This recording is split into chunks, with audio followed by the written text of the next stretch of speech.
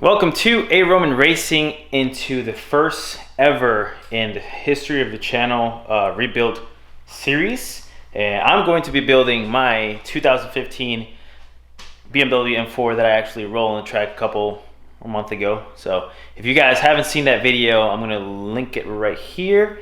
And if you guys are new to the channel, welcome to the first video of the series. And I am going to be attempting to rebuilding this this dead paperweight back here.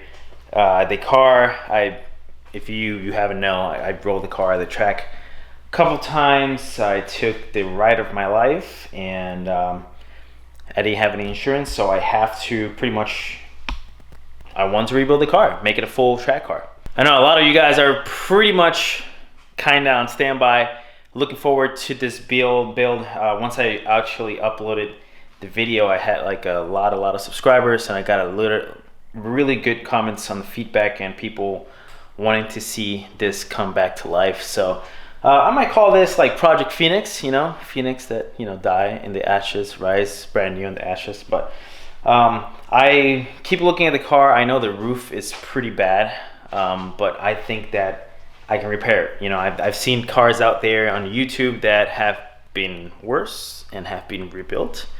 I think the biggest challenge with this car will be pretty much the roof. The roof is so badly. I believe that none of the sides are like centered like how they're supposed to be. So this has to be, all that has to be fixed with the roof and everything. This is the biggest hit right here. This is exactly when the car flew in the air, and this is where it exactly landed. Everything else in the body, body-wise, like this part's dents everywhere. Not too bad of dents. Just this is the big side. The other side is not bad. The trunk survived somehow. All the taillights survived. Interior-wise is pretty messed up.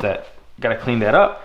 I have a lot of dirt inside the garage, and that's something that I have to pick up so I don't have dirt all over my house. The hood is gone, like right here, like the fender. That doesn't seem like it got touched, maybe just scraped because of the mud. But this door doesn't look too bad. I don't see just one little dent here, one little dent there, one little dent there. Not too bad. And then this, of course, this is inside. This is pretty bad right here. Bad. And then the back bumper is completely destroyed, except this part. And like I said, taillights have survived. This window survived somehow. I don't know about the windows inside. And suspension, of course, has not survived at all. Let me see if you can see it. That's the control arm right there. It's supposed to be somewhere attached to here, and it's like bent up down there, all the way down there. That's the oil cooler. And I'm pretty sure my little radiators that I have on the sides are also destroyed, because there's one right there inside there. Radiator, cooler right there. You can kind of see it. I don't know about the other side. So right now the plan is to open the trunk, because I have no power. And I don't know if they cut the battery or just disconnected. I'm just hoping that they disconnect it, not cut it. I have to figure out how to open the trunk so I can get the battery connected and just at least know to have power and not close that trunk. Because if I close that trunk again, I don't have anywhere to access it. I wasn't able to, like when the car first got home, there was no way to open the hood. But I pried it a little bit, did a bunch of stuff, and I was able to unlock it from place. So that's as much as it goes. The engine doesn't look too bad, it's just dirty. So I brought home like a couple pounds of mud. This got scratched a little bit. I don't know if it cracked or anything like that, but that's the intake there, and just a lot of mud everywhere. And like I said, headlight survive also. So now what I'm gonna do is I'm just gonna take all the curtain airbags, cut them off, clean the car in the inside, see if I can figure it out how to go into this back trunk. You have this right here, because of course there's no glass there. Not entirely sure if I can pull this up somehow and I expose that little lever that I can knock off, or pull, so I can open the trunk, just so I can actually see inside the trunk and make sure that the battery is still there and cables have not been cut. But I just want to have power, just to have power, you know, just to have like one thing done at least. And yeah, so right now I'm just gonna start in the inside and clean it all up, because there is a lot of glass. There is also the back window is somewhere back there, right there. Throw all that stuff away, and this is how we're gonna start.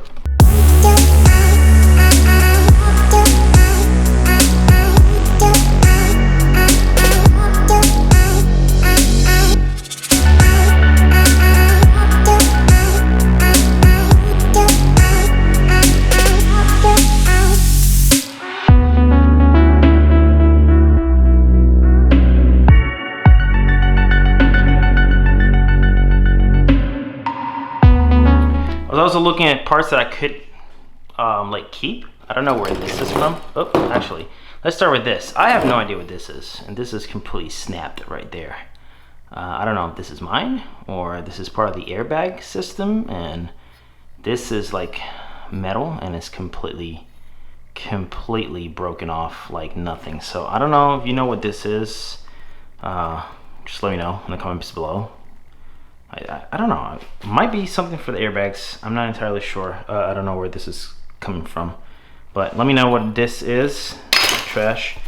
This, I don't know what this is either, but it looked like it could be used again. So not entirely sure what this is. Maybe goes like the airbag stuff underneath. If it is, don't really need it, but I'm just gonna keep it just in case.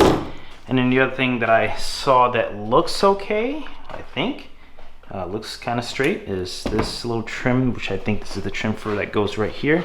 It just got popped off when, you know, the rollover and stuff like that. It looks fine, and maybe I could reuse it. I'm not entirely sure. It's pretty thick and it's pretty strong. I mean, it's heavy. It's a little heavy, so it's thick and heavy. So something that I might clean and see if I can keep. Of course, it has scratches, but it doesn't matter. But yeah. Okay, so that wasn't too hard. Not too bad. I just had to use a very long hanger wire, and then this is where the connector, where the lever is, and you pull it and it opens up the trunk. And of course, as you can see, the wires were cut here. I don't know what this wire is. I know this is the battery only, so that's something to fix in the near future. But now at least I have this trunk open. Actually, I can also, I believe I can actually pull these doors down both sides. So now, just in case if I disconnect the or by accident close the trunk again, now I can actually pull down. Oh, there you go. So now this doesn't have it actually disconnected from there. It's loose, so I can actually just move it just a little bit to the slight, so I can actually go all the way to the end. So that's that. So that's one thing that is progress. So now what I am going to be figuring out now is actually lifting up the car in all fours. I'm able to fit the jack here because there is a little bit of spacing. The other side does not have any space at all. I have like no space at all underneath. Not even my smallest jack will fit underneath there. I even have this wheel like on the little tire dolly. So I have to figure out how to lift up both sides so I can actually fit jacks underneath, and I can actually jack it up as high as I can. I was actually thinking of buying new jacks. I have two 3-ton jacks and I have two 2-tons. The 3-tons are a lot taller. Thinking of buying like bigger jacks so I can actually jack the car as high as possible, so I can have more space underneath the car, and start taking off the wheels, see where all the damage of the suspension is on all four sides, and start making a list of all the stuff that I need for the suspension and for the engine, which I know I need a cooler. I'm not entirely sure if the radiator is good or not. There's two radiators on the side, and I'm guessing the main radiator in the middle. And then you got the oil cooler in the middle, which sits underneath the car, which is destroyed right now. So yeah, we get the ball rolling. Okay, so it is the next day, and I actually did a little bit of work off camera, and I was able to get the car up in jack stands, and I was actually also able to move the car just slightly a little bit to the left. As you can see right here, the car was kind of like slanted to this side, so with the tire dollies I was able to push the car that way, straighten it out a little bit more better, so I can have a little bit more space here and over there, and all by myself, of course, because I'm strong. Yeah. Anyways, I got the wheels off. There was one wheel that did not want to come off, and that stud is completely destroyed. If you follow me on Instagram, you actually probably saw this, but I actually went ahead and, I don't know if, just in case I don't want to burn myself, I pretty much had to keep going with the impact gun, and it pretty much caught on fire until it came off. So that is something that needs to be replaced there. I've looked all over the car, and not too bad. Something scared me pretty good, because right there, that's where the differential is. There's fluids there, but it's not like the differential is broken. The sensor of the differential is kind of snapped, and it was leaking from there.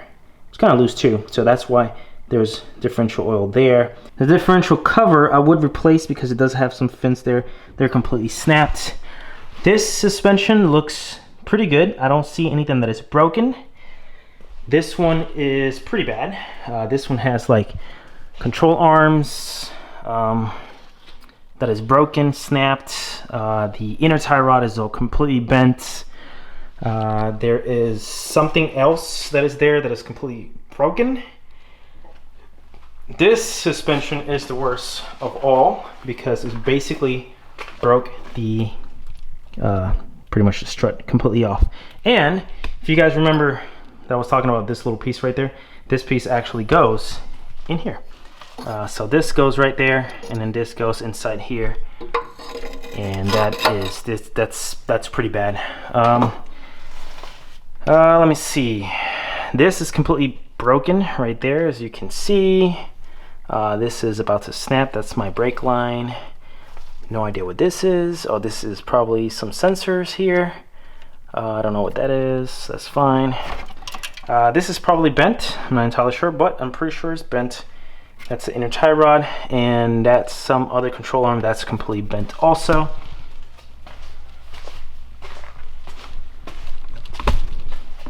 On this side, there's just one, which I believe that control arm right there, whatever this is. It has like many of these control arms. If we can focus, there we go. That are all the same. They all kind of, it's like 3 of them. That one is the only one that is completely bent. This one looks fine, but I'll probably, just in case, just replace everything. So engine wise, like I said, the oil cooler, it's right there and leaking. I believe this is one of my radiator coolers. One of them is broken. Something is broken here that is leaking coolant down right there. So I'm pretty sure that's coolant oil. I don't know how that oil, that's probably from this that was all the way over here. But that is one of the first things I want to do, is kind of replace the oil. I don't care about coolant right now. I just want to replace the oil cooler, so I can actually turn on the car, and it's fine if the car gets a little bit, it's not going to stay on too long. But one of the first things I want to do is actually replace anything that is engine wise. I do have to take this off. I'm looking underneath the radiator. The main radiator looks fine. There's like I'm pretty sure there's like 4 radiators on the car. It's like 2, one top and bottom. The condenser looks fine, and I hope it's fine, because I don't want to mess with the AC at all. I still, even though it's a full race car, I kind of want to keep the AC, And if anybody that actually races, you understand that sitting on the track on a hot day, it's horrible. I mean, there's ways to go around it, but as for now, I don't want to really mess with the AC. I hope that the AC survives. So that's one thing. And of course, the interior is going to go away. Racing seats, full roll cage. The glass is going to be polycarbonate. Probably nothing here. Everything's going to be open here, nothing. So I will be making a list of all the things that I actually need, and I'm going to be putting it in the description below. And the reason why I'm going to put it in the description below, because a lot of you guys have asked me to help out, and I think that that might be a good way for you guys to help me get this car back on track. If you guys have, you know, I know some of you guys have actually reached out and you have old parts, old suspension parts, and if you guys that you want to donate to me, that'll be amazing. If you want to donate any other part that I might need, it'll be a great help of you guys. And what I'm saying is donating. I'm not looking for anything monetary. I know that it might cost money, but if you guys have it laying around, like some of you do, I'm going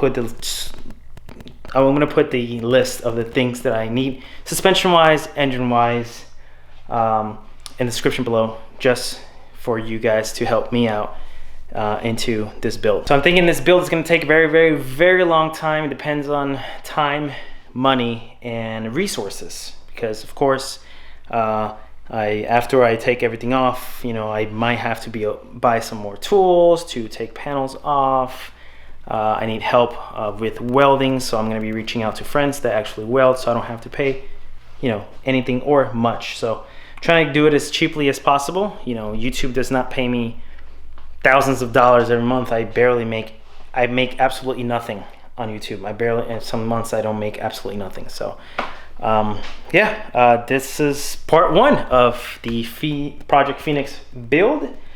I know a lot of you guys are looking forward to this. Maybe a lot of you guys are looking forward to see if it's even possible to kind of bring this car back to life. And I think that even if it takes 3-5 years, I'm still gonna be, you know, gonna make it possible and prove a lot of you guys wrong, because I know a lot of people say just buy a shell.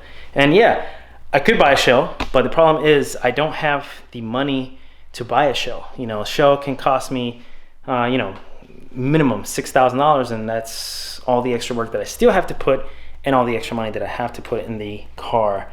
And that is something that I don't have. I don't even have any, like, I don't even have money right now to buy one panel, or I could probably buy a fender, and I could probably buy control arms and some of the things for the suspension, but I don't have the big influx of cash to buy a shell. And it's almost the end of the year, and I have to pay property taxes, personal property taxes in Virginia, which kind of screw me when you have a lot of cars. This is part one, and I hope that you guys stay with me in this journey of building the Project Phoenix BMW M4, and I hope you guys enjoyed this video. And if you are not a subscriber, consider subscribing for more videos like this for the progression of the M4. Remember to give me a thumbs up and give me any comments that you want to throw down in the comment below, and I try to respond to everybody. So thank you for watching. I'll see you guys on the next one.